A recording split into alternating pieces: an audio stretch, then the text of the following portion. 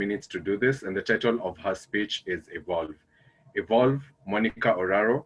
Monica Oraro, Evolve.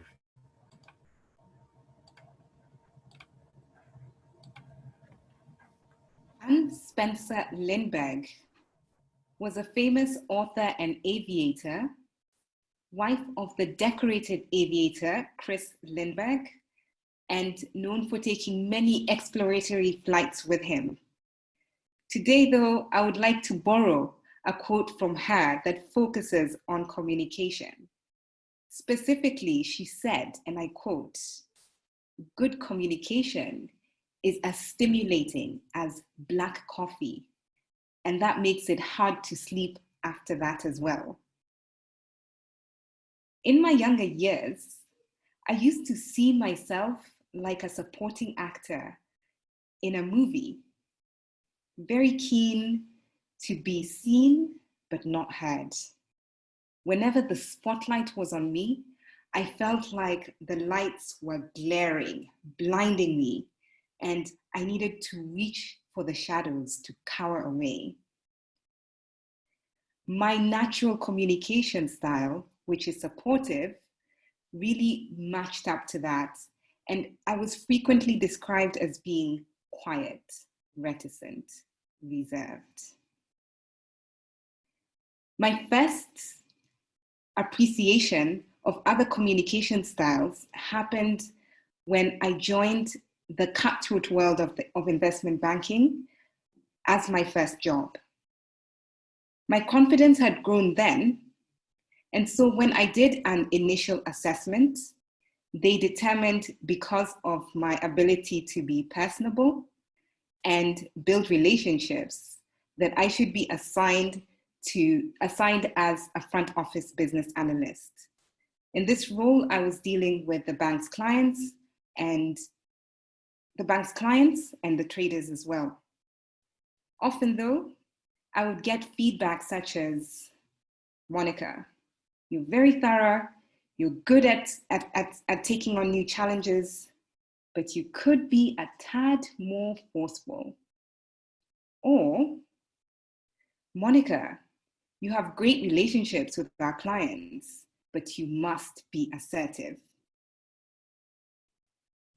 This took me into a period of great frustration where I tried to come across as being bossier without quite understanding how to go about it.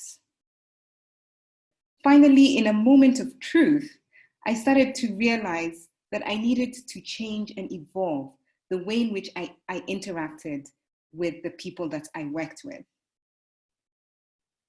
Once a week, I would meet Julian. Julian was the managing director of our global business.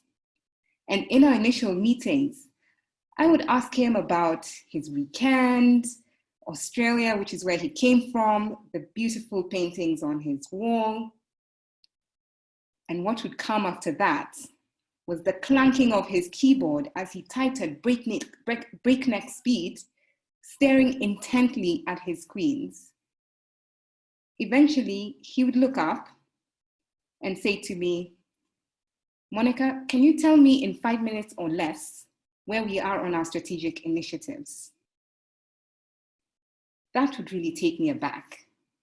And after a few interactions like this, I realized that I had to be direct, straight to the point, giving him the highlights, what was going wrong, why it was going wrong, and what we were doing about it. My first manager, Christoph, was the exact opposite. Amiable and affable, we would have our weekly catch-ups in a coffee shop around the corner from our office. There, frequently, I would find him bantering with the staff, and our catch-ups could last anywhere from half an hour to an hour, where we would talk about everything from office work, the dynamics between the teams, the personalities, and the latest adventure he had been on. I found that he was in his element when he was planning our socials and finding the most unique places that would really leave our clients in all. However, initially, I would feel like my ear was bent as I spent a lot of time as a listener watching the main actor on stage. However, by listening to him, I got to understand the things that were important to him and to engage him in an informal manner, usually over drinks or over food. In my final year, I reported to a project manager, Alexia. Alexia was gregarious by nature. And in her own words, she had the ability to bring in gravitas, personality, and assurance, both to her work and the people she interacted with. From me, she expected that I would sit down with the traders once I understood what the clients wanted, and then go through the requirements in minute detail. For her, success was about precision and logic.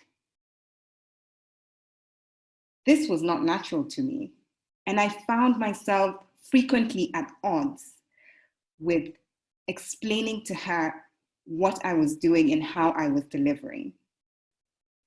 After a lot of back and forth, I eventually learned to try and adapt to her analytical style by giving her information with facts, figures, and a lot of detail. In doing the questionnaire for this speech, I discovered that my supportive communication style is still as strong as ever, but over time, I have learned to adapt to different communication styles depending on the situation that I'm in. Madam Toastmaster.